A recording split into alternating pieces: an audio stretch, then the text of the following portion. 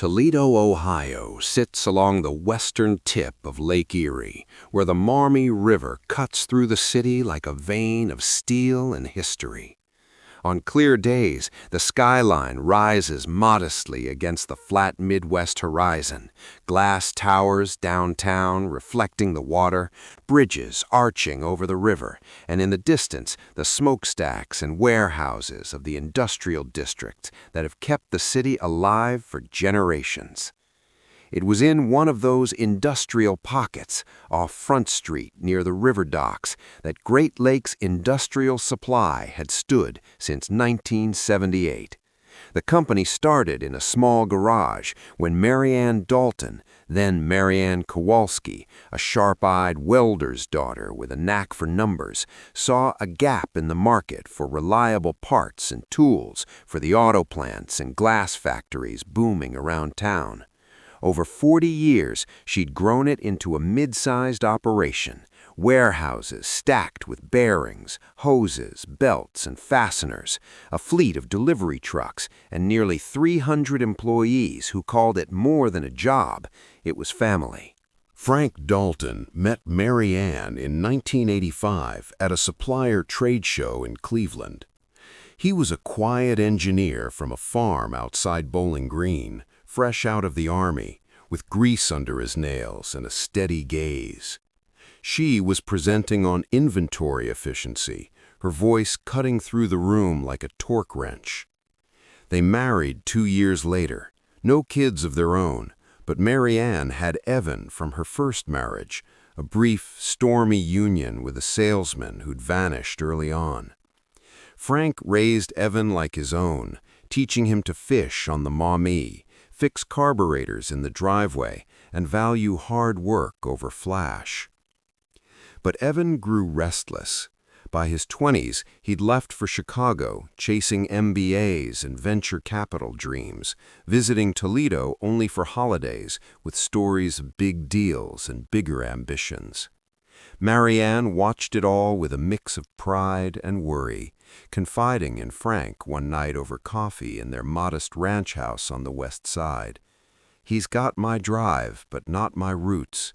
God help him if he forgets where he came from."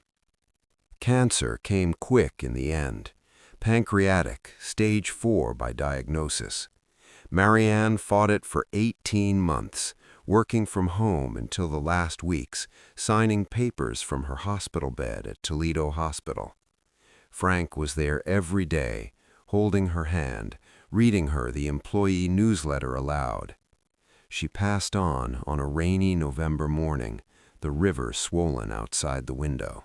The funeral was held at St. Patrick's Historic Church downtown, packed with workers in their Sunday best, mechanics with calloused hands folded in prayer, warehouse crews who'd carpooled in, office staff dabbing eyes with tissues.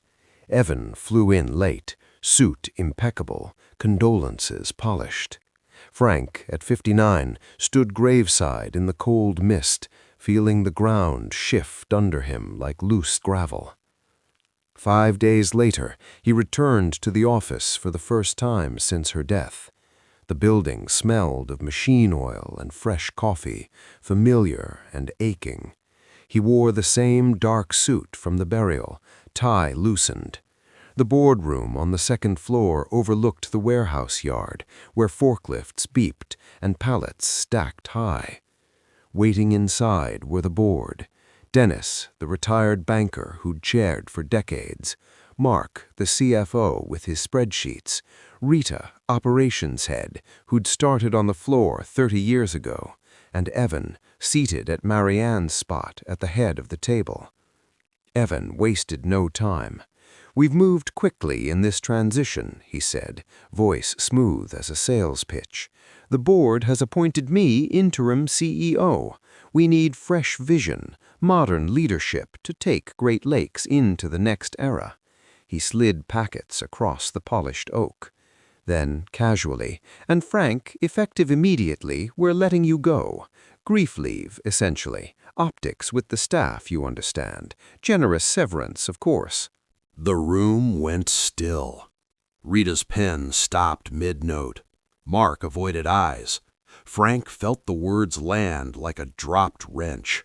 Clang, echo, silence. But he didn't explode. He'd learned patience from years on the factory floor. Rush a repair, strip the bolt. He signed the papers, initialing the clause that falsely surrendered his voting shares. As security, two guys he'd known for years escorted him out. He paused in the open office area. Heads popped up from cubicles. "Take care of each other," he said simply, voice steady. Then he walked to his old Ford pickup and drove home. That night, alone in the house that still held Maryanne's lavender soap scent and her knitting basket by the recliner, Frank emptied his funeral suit pockets.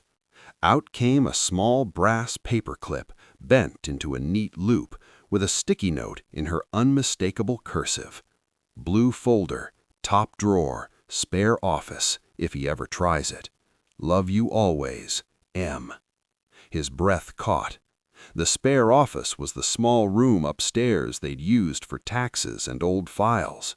He climbed the stairs slowly, knees protesting, and pulled open the drawer. There it was, a blue folder, thick with notarized documents dated 7 years prior. A voting trust agreement transferring 67% controlling shares to Frank in the event of his incapacity or death. She'd done it quietly, after Evan's last Thanksgiving visit, when he'd casually suggested professionalizing the company, code for selling to outsiders. Maryanne hadn't distrusted Evan outright.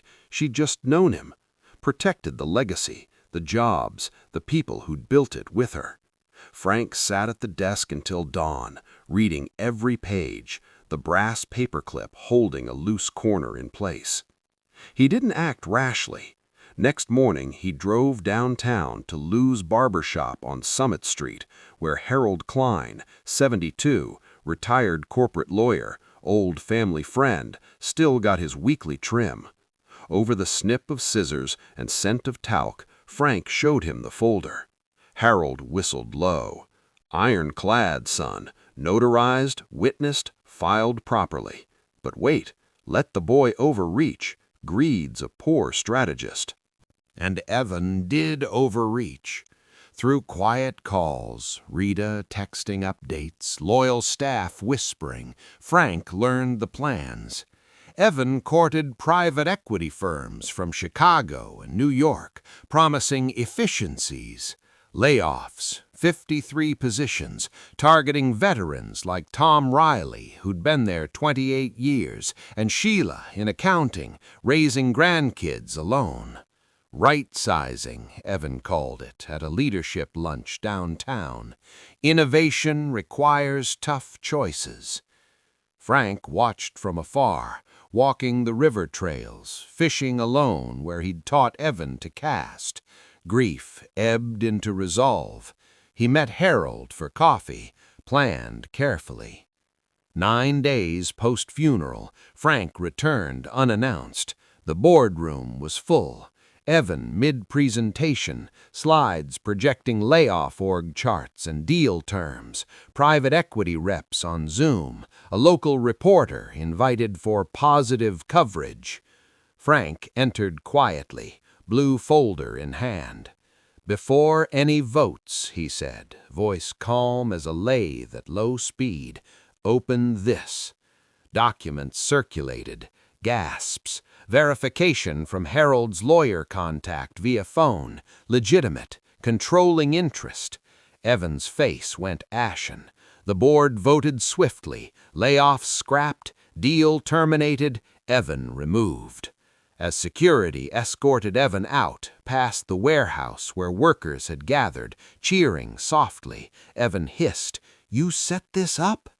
Frank looked at him, eyes tired but clear. "No, your mother did, years ago, because she knew you might forget what this place really is." In the aftermath, Frank didn't claim the CEO throne, too old, too weary. He formed an interim committee, Rita, Mark, plant supervisors, even Tom Riley representing the floor. He walked the lines again, reassuring folks, listening to stories of Maryanne's kindnesses, a loan here, college fund help there. The company stabilized, grew modestly, stayed independent.